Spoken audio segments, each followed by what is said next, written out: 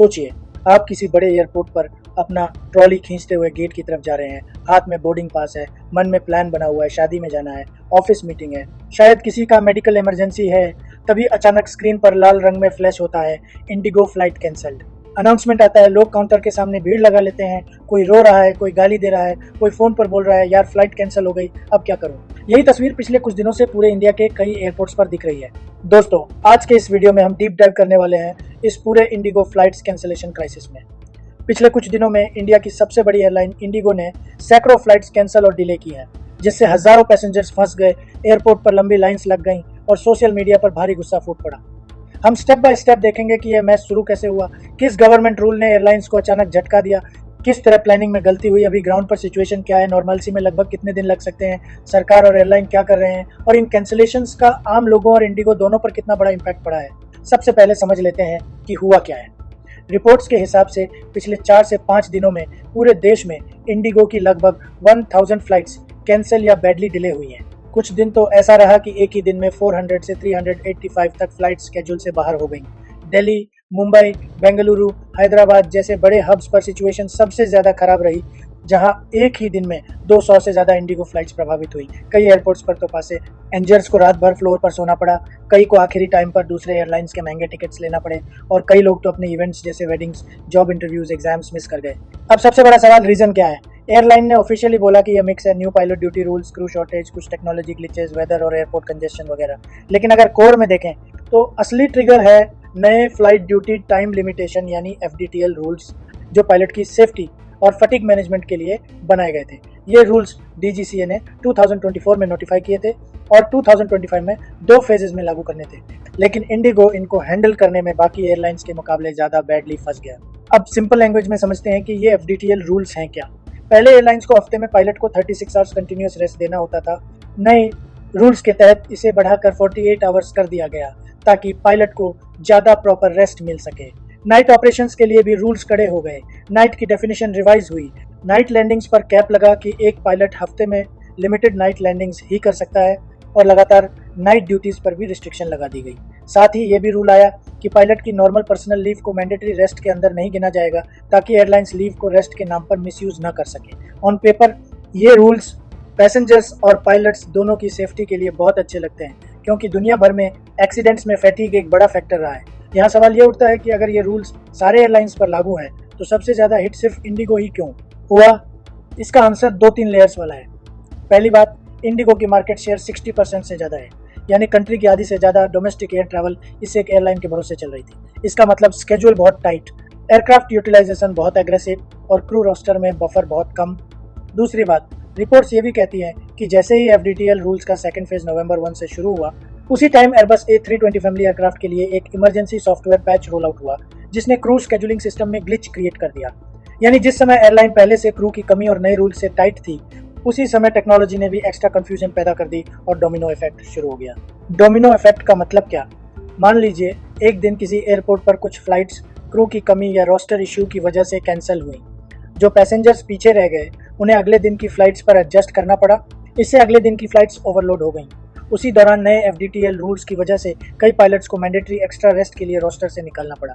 फिर weather issues, winter schedule और already tight planning ने मिलकर ऐसा जाल बनाया कि कैंसिलेशंस और डिलेज हर दिन बढ़ते गए। इंडिगो पहले से ही हर दिन 25 से 30 फ्लाइट्स क्रू की वजह से कैंसिल कर रहा था, लेकिन पिछले हफ्ते यह नंबर अचानक लीप लेकर एक दिन में 300 से 400 के आसपास पहुंच गया और नेटवर्क मेल्टडाउन जैसा सीन बन गया। अब बात करते हैं उस गवर्नमेंट रूल की जिसने एयरलाइंस को अचानक इतनी मजबूरी में डाल दिया। जैसा हमने कहा, DGCA ने रिवाइज्ड FDTL नॉर्म्स जनवरी 2024 में नोटिफाई किए थे और इन्हें 2 फेजेस में लागू करना था। फेज 1 जुलाई 1, 2025 से शुरू हुआ, जिसमें वीकली रेस्ट 48 आवर्स किया गया और इंडस्ट्री ने इसे किसी तरह एब्जॉर्ब कर लिया। लेकिन फेज 2 नवंबर 1, 2025 से लागू हुआ, जिसमें नाइट ऑपरेशंस पर काफ़ी स्ट्रिक्ट लिमिट्स लगी। नाइट का समय मिडनाइट से 6 AM तक डिफाइन किया गया। पायलट्स के लिए वीक में नाइट लैंडिंग्स की मैक्सिमम संख्या घटा दी गई और back to back night duties पर भी रोक लगा दी गई।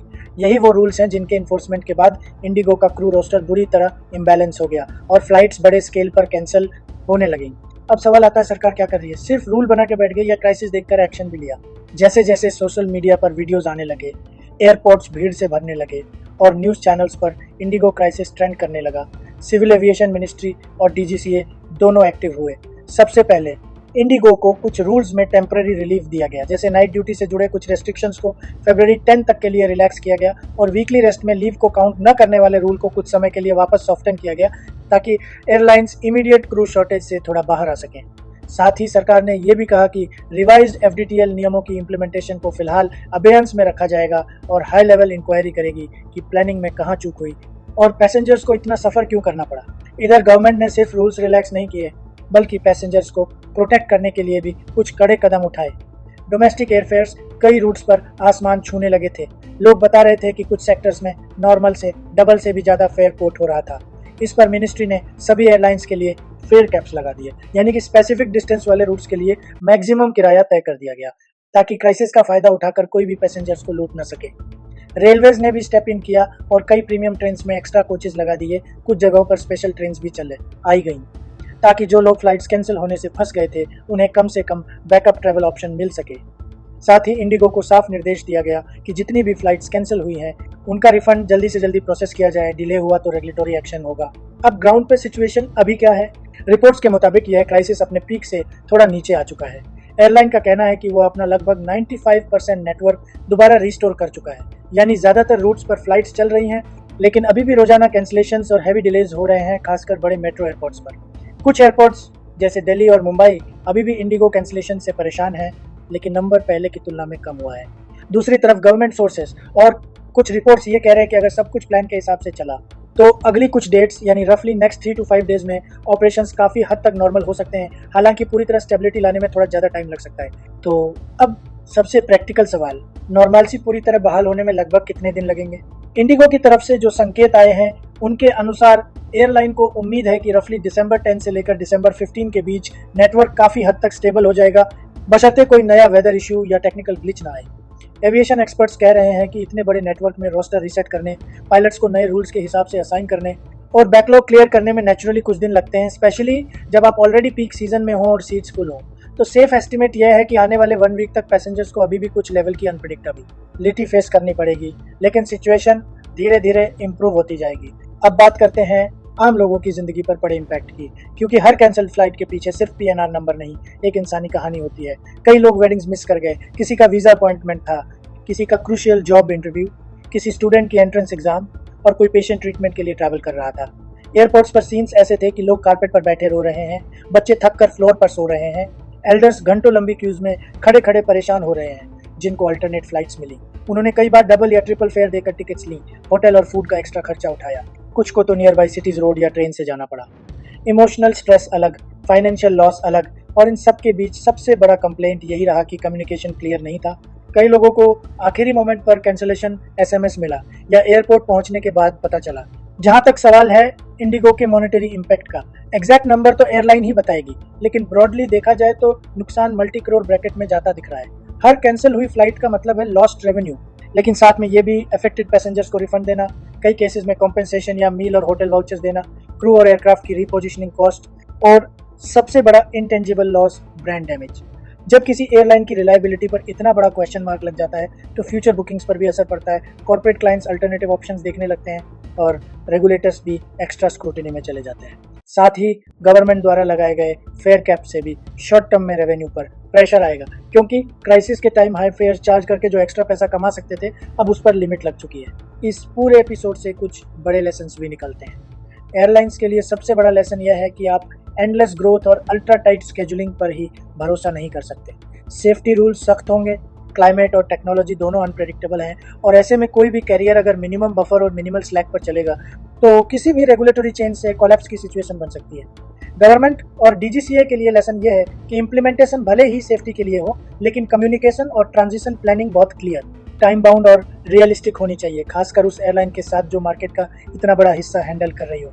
पायलट बॉडीज और एसोसिएशंस भी अलर्ट हैं। वो कह रहे हैं कि अगर रिलीफ मेजर सेफ्टी को डाइल्यूट करते हैं तो लॉन्ग टर्म में उसका रिस्क पैसेंजर्स पर ही आएगा, इसलिए किसी भी एग्जाम्पशन में बैलेंस होना ज़रूरी है। और फाइनली पैसेंजर्स के लिए भी यह एक वेकअप कॉल है।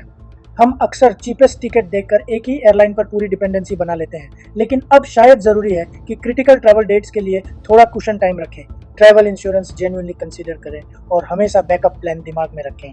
सोशल मीडिया का यूज सही जानकारी फैलाने के लिए हो, सिर्फ अब्यूज के लिए नहीं, ताकि प्रेशर तो बने लेकिन पैनिक ना फैले। दोस्तों, अगर आप ब्रॉडर पिक्चर देखें तो यह क्राइसिस दो फेसेस दिखाता है। एक तरफ है इंडिया की एक्सप्लोडिंग एयर ट्रैवल डिमांड, जहां मिडिल क्लास पहली बार लार्ज स्केल पर फ्लाइंग को लाइफस्टाइल का हिस्सा बना रही है। दूसरी तरफ है सिस्टम की वल्नरेबिलिटी, जो दिखाती है कि एक रेगुलेटरी ट्वीक और थोड़ा सा मिसप्लानिंग पूरे नेटवर्क को घुटनों पर ला सकता है। सवाल सिर्फ इंडिगो का नहीं, पूरे इंडियन एविएशन इकोसिस्टम का है। क्या हम सेफ्टी को कॉम्प्रोमाइज किए बिना ग्रोथ को सस्टेनेबल बना पाएंगे या नहीं? आखिर में बस इतना कहना चाहूंगा, फ्लाइट्स कैंसिल होना, क्यूज में फंसना, पैसे और टाइम का नुकसान होना बहुत फ्रस्ट्रेटिंग है और आपका गुस्सा बिल्कुल जायज़ है। लेकिन लॉन्ग टर्म में अगर पायलट्स को बेटर रेस्ट मिलता है, फटीग कम होता है और स्काइज थोड़ी ज़्यादा सेफ होती हैं, तो शायद यह पेन एक ज़रूरी ट्रांजिशन कॉस्ट भी है। अब देखना यह है कि इंडिगो और सरकार इस क्राइसिस से क्या सीख लेते हैं और आने वाले मंथ्स में क्या ऐसा सिस्टम बनाते हैं जो सेफ्टी भी दे और स्टेबिलिटी भी। अगर आपको यह डिटेल ब्रेकडाउन यूजफुल लगा हो तो इस वीडियो को ज़रूर लाइक कीजिए, अपने उन दोस्तों और फैमिली मेम्बर्स के साथ शेयर कीजिए जो अभी ट्रैवल करने वाले हैं या इस केओस में फंस चुके हैं, और चैनल को सब्सक्राइब कर लीजिए, क्योंकि यहाँ हम सिर्फ हेडलाइंस नहीं पढ़ते बल्कि आपके लिए पूरी कहानी खोलकर समझाते हैं, रियल इश्यूज, रियल इम्पैक्ट और रियल इंडिया की स्टोरी के साथ। जय हिंद, वंदे मातरम। अभी सब लोग अंदर, इतना पूरा पूना एयरपोर्ट का दोनों फ्लोर पूरा पैक है अंदर, सब लोग परेशान है। खाने पीने की चीज़ें भी ख़त्म हो गई है अंदर। सब लोग अभी 150-200 रुपए की चाय पी रहे हैं, चाय भी ख़त्म हो गई है, खाने को कुछ नहीं मिल रहा है, पानी बोतल नहीं है। और सब लोग अभी बताए उन लोगों ने कि कोई सब कैंसिल कर रहा है फ्लाइट, और कुछ कैंसिल उन्होंने भी कर दिया है। काफ़ी लोग ऊपर वेट भी कर रहे हैं कि शायद हो जाएगा, लेकिन कोई चांस नहीं दिख रहा है। पूरा पैक है, सब लोग बाहर आ गए। अभी हम लोगों बैग निकालते लगेज से अभी 1 घंटा निकल गया। अभी हम बाहर निकले, सुबह 5 बजे एयरपोर्ट पे आए थे। इंडिगो मेरी फ़्लाइट थी 45 पर, पूछें तो उसके बाद फिर बोले कि आपकी फ़्लाइट 4 घंटे लेट है, मीन्स 8 बजे आएगी। 8 बजे बोले, लेकिन वो भी फाइनली नहीं है कि 8 बजे आ जाएगी या नहीं आएगी। और शादी में वही अटेंड करना है हमको, क्या विकल्प है अब ये सब समझें। अभी मैं 7 बजे यहाँ आया हूँ। एक पहले मेरे में मैसेज आया कि फ्लाइट डिले हो गई, फिर मैं थोड़ा आराम से आ रहा था, फिर बाद में एक और मैसेज आया कि गेट नंबर 1 से is ready for the departure. मैं भाग के पहुंचा इधर, तो बाद में देखा कि फ्लाइट तो डिलेड ही है। वो मैसेज कैसे आ गया वो पता नहीं है, मेरे पास मैसेज पड़ा भी है। और यहाँ पे अभी सुबह 5-6 घंटे से यहाँ हूँ, अभी तक I was going to Delhi. I was traveling from Kolkata to Goa directly. From Langkawi to Bangalore. मैंने कल तिरुपति से भोपाल के लिए फ्लाइट की थी। हमारी 5 बजे की फ्लाइट है, अभी तो कुछ पता नहीं चल रहा है कि जाएगी, डिले है या कैंसिल है, कुछ पता नहीं चल रहा है।